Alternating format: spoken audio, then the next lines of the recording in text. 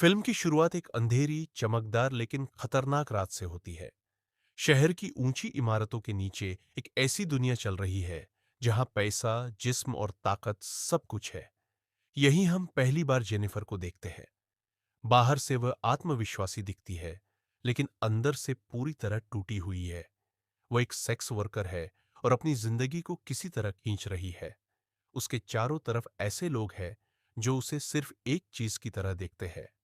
इसी दौरान कुछ खतरनाक लोग उससे पैसे मांगते हैं और साफ कह देते हैं कि अगर उसने पैसे नहीं चुकाए तो अंजाम बहुत बुरा होगा। जेनिफर समझ जाती है कि वह एक ऐसे दलदल में फंस चुकी है जहां से निकलना आसान नहीं है। इसी बीच हमें पता चलता है कि जेनिफर की एक जुड़वां बहन है, ऑब्री। दोनों की शक्ल एक जैसी है, लेकिन जिंदगी बिल्कुल उलट। ऑब्री एक अमीर और सुरक्षित दुनिया में रहती है।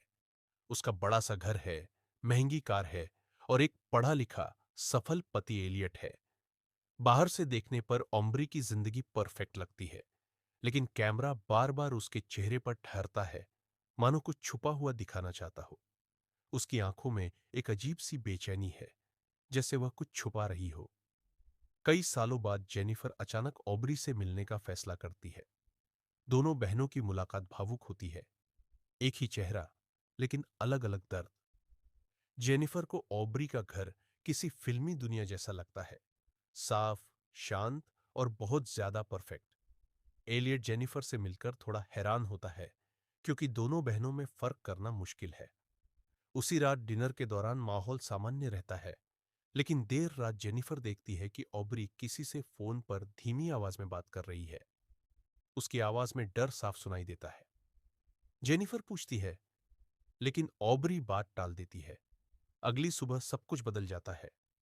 जेनिफर उठती है और देखती है कि ऑब्री अपने कमरे में नहीं है। पहले उसे लगता है कि शायद वह बाहर गई होगी, लेकिन समय बीतता है। फोन बंद है, कार घर में ही खड़ी है और कोई मैसेज नहीं। अब डर धीरे धीरे पक्का होने लगता है। एलियट भी परेशान हो जाता है। पुलिस सच बताने ही वाली होती है, लेकिन फिर वह चुप रह जाती है। उसके दिमाग में एक ही बात घूमती है, अगर वह ऑब्री बनकर रहे तो शायद सच्चाई तक पहुंच सके। यहीं से जेनिफर एक खतरनाक खेल में उतर जाती है। वह ऑम्ब्री की पहचान अपनाकर उसकी जिंदगी में घुसने लगती है। वो उसका फोन, ईमेल, लैपटॉप सब चेक करती है। धीरे धीरे उसे पता चलता है कि ऑम्ब्री की जिंदगी उतनी साफ नहीं थी जितनी दिखती थी। ऑम्ब्री एक सीक्रेट और बेहद खतरनाक एरोटिक सोसाइटी से जुड़ी हुई थी। ये एक ऐसा गुप्त क्लब था जहां शहर के सबसे अमीर और ताकतवर लोग आते थे। यहां सब कुछ पर्दे के पीछे होता था और बाहर की दुनिया को इसकी भनक तक नहीं लगती थी। जेनिफर ऑम्ब्री बनकर पहली बार उस क्लब में जाती है। अंदर का माहौल डरावना और रहस्यमयी है। हर कोई मास्क पहने हुए है, धीमी रोशनी है और हवा में एक अजीब सी घुटन है। यहाँ हर इंसान अपनी इच्छाओं का गुलाम है। जेनिफर को महसूस होता है कि ऑब्री इस दुनिया में फंस चुकी थी और शायद बाहर निकलना चाहती थी।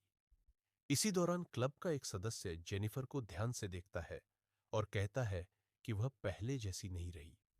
यह बात जेनिफर को डरा देती है, क्योंकि उसकी असली पहचान सामने आने का खतरा बढ़ जाता है। जैसे जैसे जेनिफर आगे बढ़ती है, उसे एलियट पर भी शक होने लगता है। क्या वह सच में सब कुछ नहीं जानता था, या फिर वह भी इस खेल का हिस्सा है? एलियट जेनिफर के बदले हुए व्यवहार को नोटिस करने लगता है। कभी कभी उसकी नजरों में शक साफ दिखता है। इसी बीच जेनिफर को एक वीडियो मिलता है जिसमें ऑब्री रोती हुई दिखाई देती है। वह कहती है कि वह इस दुनिया से निकलना चाहती है, लेकिन उसे ब्लैकमेल किया जा रहा है। उस पल जेनिफर को यकीन हो जाता है कि उसकी बहन जिंदा है। आखिरकार जेनिफर उस सीक्रेट सोसाइटी के हेड तक पहुंच जाती है। वहां उसे पता चलता है कि ऑब्री ने बहुत बड़ा सच जान लिया था, और वही सच उसकी गुमशुदगी की वजह बना। ऑब्री को एक सुनसान जगह पर कैद करके रखा गया था। जेनिफर अपनी जान जोखिम में डालकर वहां पहुंचती है और अपनी बहन को ढूंढ निकालती है। दोनों बहनों की मुलाकात बेहद भावुक होती है। ऑब्री अंदर से पूरी तरह टूट चुकी होती है, लेकिन जेनिफर उसे हिम्मत देती है। अंत में जेनिफर पुलिस और मीडिया को सबूत देती है। सीक्रेट सोसाइटी का पर्दाफाश होता है। कई बड़े और ताकतवर लोग गिरफ्तार होते हैं। एलियट